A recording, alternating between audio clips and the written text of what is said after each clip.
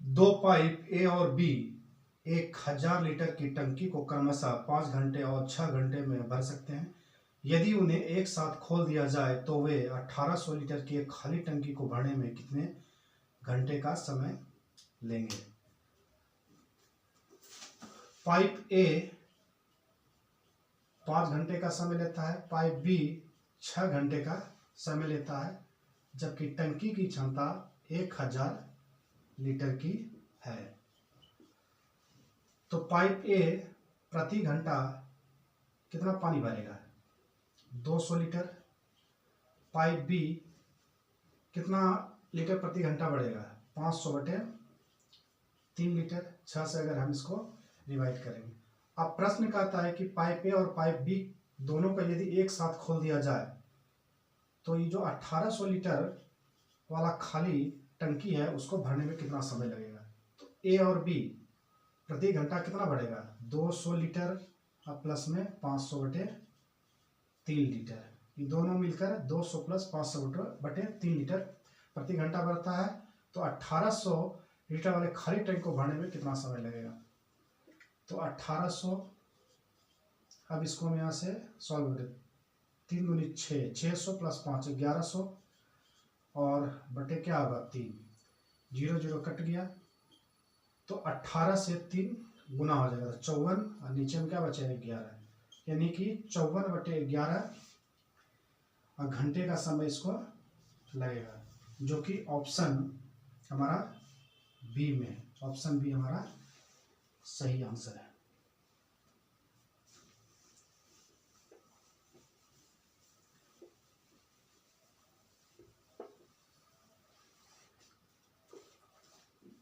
दो पाइप ए और बी एक टंकी को क्रमशः 15 घंटे और 20 घंटे में भर सकते हैं, जबकि एक तीसरा पाइप सी पूरी भरी हुई टंकी को 30 घंटे में खाली कर सकते हैं। यदि तीनों पाइप एक साथ खोले जाते हैं तो एक खाली टैंक कितने समय में भर जाएगा। तो पाइप ए 15 घंटे का समय लेता है, पाइप बी 20 घंटे का समय लेता है और तीसरा पाइप सी 30 घंटे का समय लेता है उस टैंक को खाली करने में। तो 15, 20 और 30 का एलसीएम क्या हो गया 60। मान लीजिए 60 लीटर उस टैंक की क्षमता है। तो पाइप ए प्रति घंटा कितना पानी भरेगा, 4 लीटर। पाइप बी प्रति घंटा कितना भरेगा, 3 लीटर। और पाइप सी प्रति घंटा कितना पानी खाली करेगा, 2 लीटर। अब प्रश्न कह रहा है कि तीनों पाइप को एक साथ खोल दिया जाए तब जो है 60 लीटर वाले टैंक को भरने में कितना समय लगेगा। तो ए और बी 4 प्लस 3 7 लीटर भरता है, लेकिन ये 2 लीटर प्रति घंटा खाली करता है। तो बचता कितना है, 5 लीटर प्रति घंटा ही पानी जाता है टैंक में। तो 5 से इसको हम भाग करेंगे, तो 5 से 60 में भाग करेंगे तो 15 बार में कट जाएगा। मतलब क्या हो गया 15 घंटे का समय लेता है, जो कि ऑप्शन हमारा सी में है।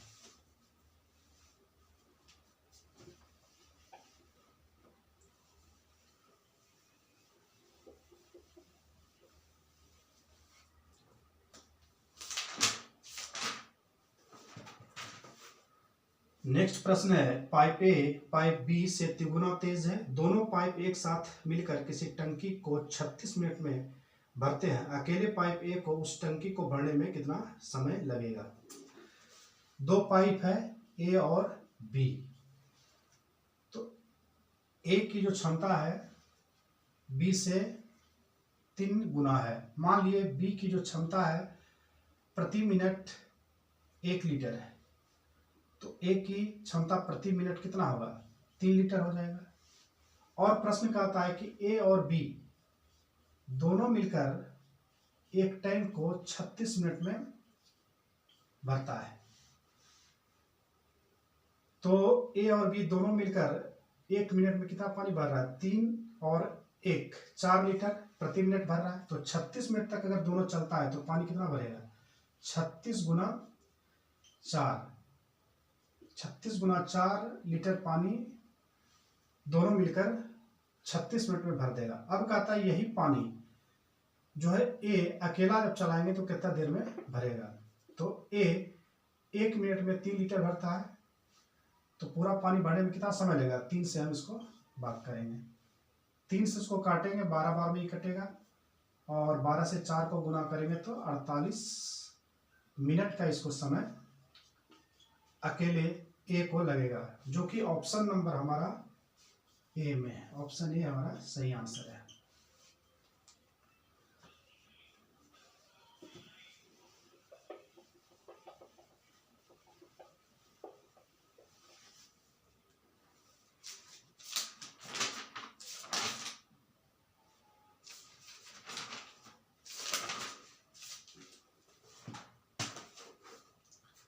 आगे का प्रश्न है, दो पाइप ए और बी एक टैंक को 5 घंटे 8 घंटे में भर सकते हैं। पाइप सी उसी टैंक को 10 घंटे में खाली कर सकता है। जब सभी पाइप एक साथ खोले जाते हैं तो खाली टैंक को भरने में लगने वाला समय ज्ञात कीजिए। तो पाइप ए 5 घंटा का समय लेता है, पाइप बी 8 घंटे का समय लेता है, और पाइप सी जो तीसरा पाइप है वह 10 घंटे का समय उस टैंक को खाली करने में लगाता है। तो 5, 8 और 10 का एलसीएम अगर निकाले तो 40 होगा। तो उस टैंक की क्षमता मान ली कितना है, 40 लीटर। तो पाइप ए प्रति घंटा कितना पानी भरेगा, 8 लीटर। पाइप बी प्रति घंटा कितना पानी भरेगा, 5 लीटर। और पाइप सी जो तीसरा पाइप है वह प्रति घंटा कितना लीटर पानी बाहर करेगा, 4 लीटर। तो अब प्रश्न कर रहा है कि जो 40 लीटर पानी को भरना है जब ए बी और सी तीनों एक साथ खोल दिया जाए। तीनों जब हम एक साथ खोलेंगे तो ए और बी मिलकर 8 + 5 13 लीटर भरेगा, लेकिन तीसरा पाइप सी क्या करेगा, 4 लीटर बाहर करेगा। तो टैंक में भराएगा कितना, 13 में 4 को माइनस करेंगे तो कितना बचेगा, 9 लीटर प्रति घंटा पानी बहा रहा है। तो समय कितना हो जाएगा, 40/9 मतलब 4.9 घंटे का इसको समय लगेगा, जो कि ऑप्शन नंबर हमारा बी में, ऑप्शन बी इसका सही आंसर होगा।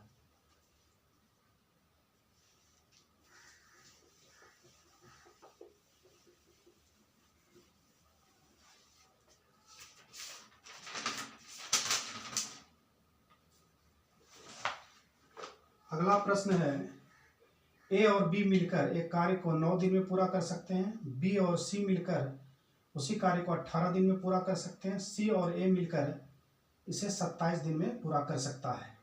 ए बी और सी एक साथ मिलकर उस कार्य को कितने दिन में पूरा कर सकते हैं।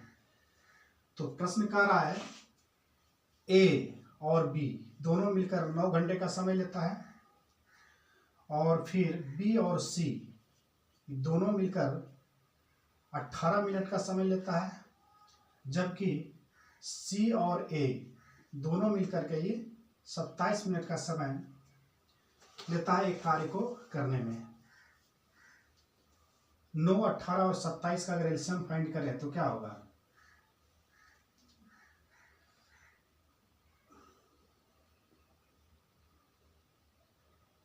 चौवन हो जाएगा। तो मान लिया 54 यूनिट इसका क्या है, कार्य है। ए और बी दोनों जब एक साथ काम करता है 9 घंटे में पूरा कर लेता है। तो 1 घंटे में दोनों मिलकर कितना कार्य करेगा, ए और बी 6 यूनिट कार्य करेगा। बी और सी मिलकर 1 घंटे में कितना कार्य करेगा, 3 यूनिट कार्य करेगा। सी और ए दोनों मिलकर 1 घंटे में कितने कार्य करेगा, 2 यूनिट कार्य करेगा। अब प्रश्न कह रहा है कि जब तीनों एक साथ मिल जाए ए बी और सी, तब ये जो 54 यूनिट कार्य करने में कितना समय लगेगा। तो ए और बी और सी तीनों का क्षमता कितना होगा, 6 यूनिट + 3 यूनिट + 2 यूनिट, 6 3 9 2 11 यूनिट होगा। लेकिन यहाँ पे क्या है, ए यहाँ 2 गो है, बी भी 2 गो और सी भी 2 गो, तो 2 से हम इसको क्या कर देंगे, भाग कर देंगे। यानी तीनों की जो क्षमता है 11/2 यूनिट प्रति घंटा है। तो कह रहा है कि 54 यूनिट को इसको करना है तो कितना समय लेगा, तो 54 क्या है, 11 क्या हो गया, 2 यूनिट। अब इसको अगर हम भाग करेंगे 2 ऊपर चल जाएगा तो 108 हो जाएगा, 54 × 2 और बटे नीचे में कितना बचेगा, 11। तो इसको अगर मिक्स फ्रैक्शन में बदलेंगे तो 9 क्या हो गया 11 घंटा का समय लगेगा, जो कि ऑप्शन नंबर हमारा बी में, ऑप्शन बी हमारा राइट आंसर होगा।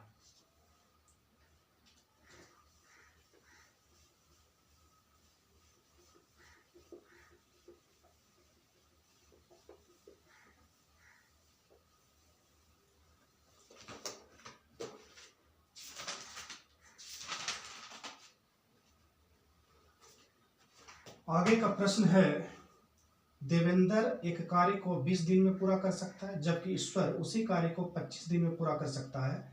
यदि देवेंद्र से शुरू करके एक एक दिन छोड़कर बारी बारी से कार्य करते हैं तो कार्य पूरा होने में कितने दिन लगेंगे। तो देवेंद्र 20 दिन का समय लेता है, जबकि ईश्वर आई लेता है आपका 25 दिन का समय लेता है। तो 20 और 25 का अगर हम एलसीएम निकाले तो क्या होगा 100। मान लीजिए 100 यूनिट कार्य हमारा था, तो देवेंद्र जो है प्रति दिन कितना यूनिट कार्य करेगा 5 यूनिट। ईश्वर प्रति दिन कितना कार्य करेगा 4 यूनिट। अब प्रश्न बोल रहा है कि देवेंद्र पहले दिन करता है फिर दूसरे दिन ईश्वर करता है, तो 2 दिन में ये टोटल जो है कार्य कितना करेगा 5 4 9 यूनिट करेगा। हमको करना है 100 यूनिट कार्य, तो 100 के पास जाने के लिए किससे मल्टीप्लाई करेंगे, यहाँ से 11 से करते हैं तो इधर भी हम 11 से इसको करेंगे। तो 11 दूनी क्या हो गया 22 दिन, और इधर क्या हो गया 99 यूनिट, यानी कि 22 दिन में 99 यूनिट कार्य हो जाता है। इसमें बच जाता है 1 यूनिट कार्य। तो अब 1 यूनिट कार्य कौन करेगा, 1 यूनिट कार्य करेगा अब फिर से देवेंद्र। तो उसको समय कितना लगेगा, समय हो गया 22 दिन और प्लस में 1 यूनिट इसमें कार्य बचा तो 1, और इसको प्रतिदिन कितना करता है देवेंद्र 5, तो 5 इसमें भाग करेंगे। इसको सॉल्व करेंगे तो हो जाएगा 5 दूनी 10, 20 पंचे 100, 10 100, 11/5। इसको मिक्स फ्रैक्शन में चेंज करेंगे तो 22/1/5 दिन का समय लगेगा, जो कि ऑप्शन हमारा बी में है। ऑप्शन बी हमारा सही आंसर होगा।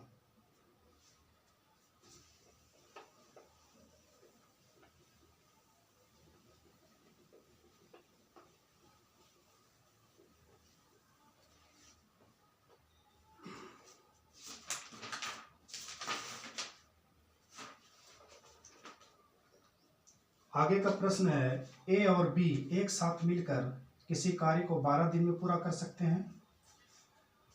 ए अकेले उसी कार्य को 20 दिन में पूरा कर सकता है। यदि बी प्रतिदिन केवल आधे दिन तक उस कार्य को करता है तो ए और बी एक साथ मिलकर उस कार्य को कितने दिन में पूरा करेंगे। प्रश्न कह रहा है कि ए और बी दोनों मिलकर एक कार्य को 12 दिन में करता है। ए अकेले उसी कार्य को 20 दिन में करता है, तो दोनों का एलसीएम 60, मान लीजिए 60 यूनिट कार्य है। तो ए और बी दोनों मिलकर एक दिन में कितना कार्य करेगा 12 से भाग देंगे तो 5 यूनिट कार्य करेगा, और ए अकेला एक दिन में कितना कार्य करेगा 3 यूनिट कार्य करेगा।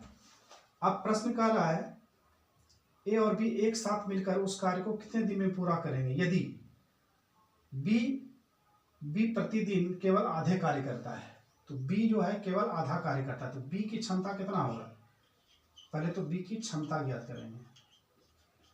तो बी की क्षमता कितना हो जाएगा, ए प्लस बी 5 यूनिट है और ए का 3 यूनिट, ए का इसमें घटा देंगे, 5 में 3 घटा देंगे कितना होगा 2 यूनिट प्रतिदिन, यानी बी अकेला 2 यूनिट प्रतिदिन कार्य करेगा। लेकिन बी प्रश्न कर रहा है कि बी आधा काम करता है। आधा मतलब अगर 2 यूनिट रोज करता है इसका आधा कितना होगा, आधा कितना होगा 1 यूनिट रोज होगा। तो 1 यूनिट बी करता है और ए 3 यूनिट करता है, तो दोनों मिलकर 60 यूनिट को कितना दिन में कार्य करेगा? 3 और 1 यूनिट ही, 3 1 कितना हो गया 4। तो समय लगेगा कितना? इसको 4 से इसमें भाग करेंगे 15, बार में कट जाएगा तो क्या हो गया 15 दिन का समय लगेगा। यानी कि बी प्रतिदिन अगर आधा काम करता है तब ए के साथ मिलकर उसको 15 दिन का समय लगेगा, जो कि ऑप्शन सी में है।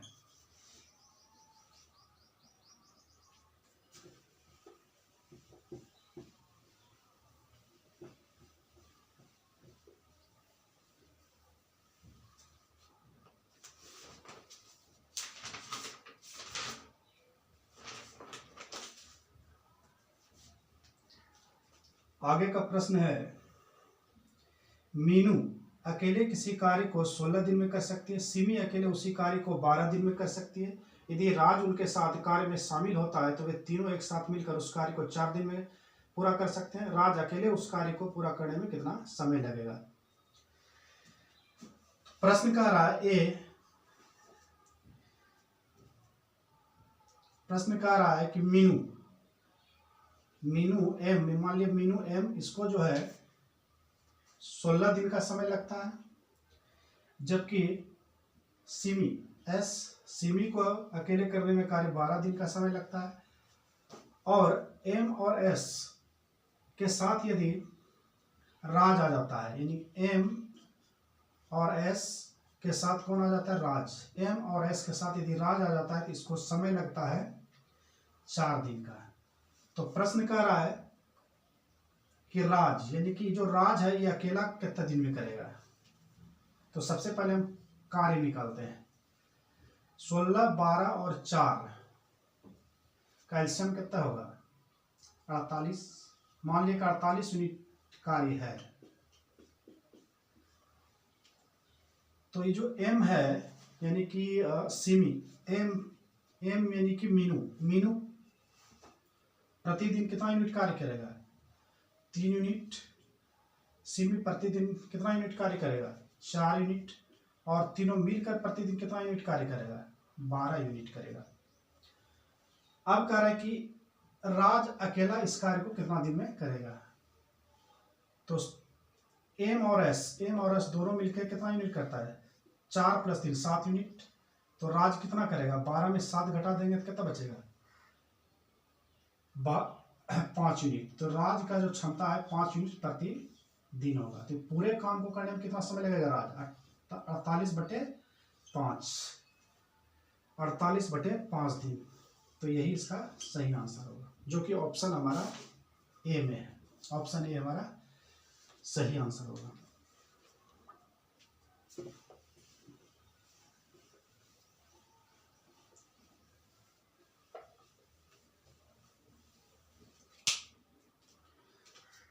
नेक्स्ट प्रश्न है, P, Q और R एक कार्य को क्रमशः 9 दिन, 18 दिन और 12 दिन में पूरा कर सकते हैं।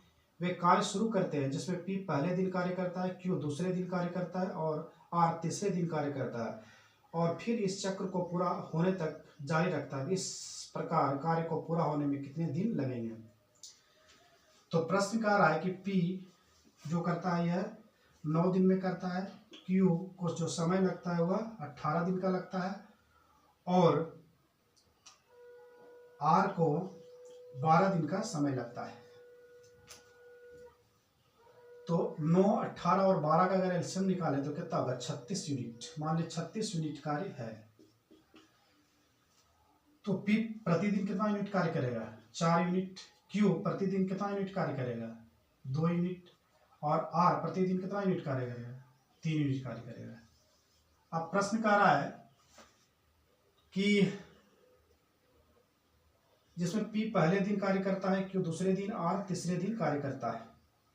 तो पहले दिन P करता है, दूसरे दिन Q, तीसरे दिन R करता है। तो 3 दिन, यानी कि 3 दिन का जो कार्य होगा वह कितना हो जाएगा?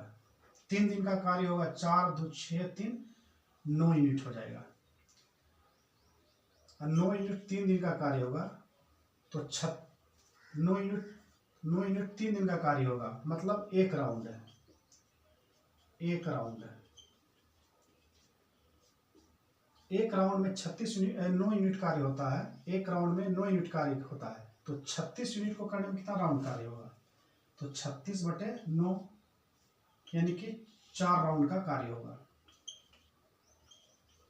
यानी 36 यूनिट अगर इस तरह से करता है तो 4 राउंड कार्य करना पड़ेगा, और एक राउंड में 3 दिन का समय लगता है। तो 4 राउंड में कितना समय लगेगा? 4 गुना 3 यानी कि 12 दिन का इसको समय लगेगा, जो कि ऑप्शन हमारा बी में है। ऑप्शन बी हमारा सही आंसर होगा।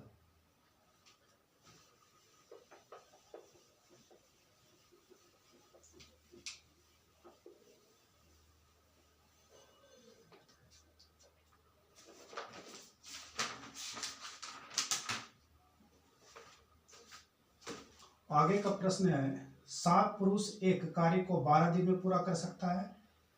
वे कार्य शुरू करते हैं और 5 दिन बाद 3 पुरुष कार्य छोड़ देते हैं, तो शेष पुरुष शेष कार्य को कितने दिन में करेगा? तो प्रारंभ में पुरुष कितना था? मेल। प्रारंभ में 12 मेल, और इसको जो दिन लग 7 पुरुष है। प्रारंभ में 7 पुरुष और इसको दिन लग रहा था 12। वे कार्य करना शुरू करते हैं और 5 दिन बाद 3 पुरुष कार्य छोड़ देते हैं। तो 7 था, 3 छोड़ दिया तो कितना बचेगा? 4। और कई दिन बाद छोड़ा? 5 दिन बाद। तो समय इधर कितना बच गया इसका? 7 दिन का इसको समय बच गया। अब कह रहा है कि शेष कार्य को कितने दिन में पूरा करेगा। तो शेष दिन 7 आदमी का कार्य कितना होगा? 7 गुना 7। और इस शेष कार्य को कह रहा है, शेष कार्य को शेष आदमी कितना करेगा? तो शेष आदमी कितना बचा यहाँ पे? 4। तो हम यहाँ से 4 से इसको भाग कर देंगे, तो कितना होगा? 49/4। और इसको अगर मिक्स फ्रैक्शन में हम चेंज करेंगे तो 12.1/4 दिन का समय लगेगा, जो कि ऑप्शन हमारा बी में है इसका सही आंसर।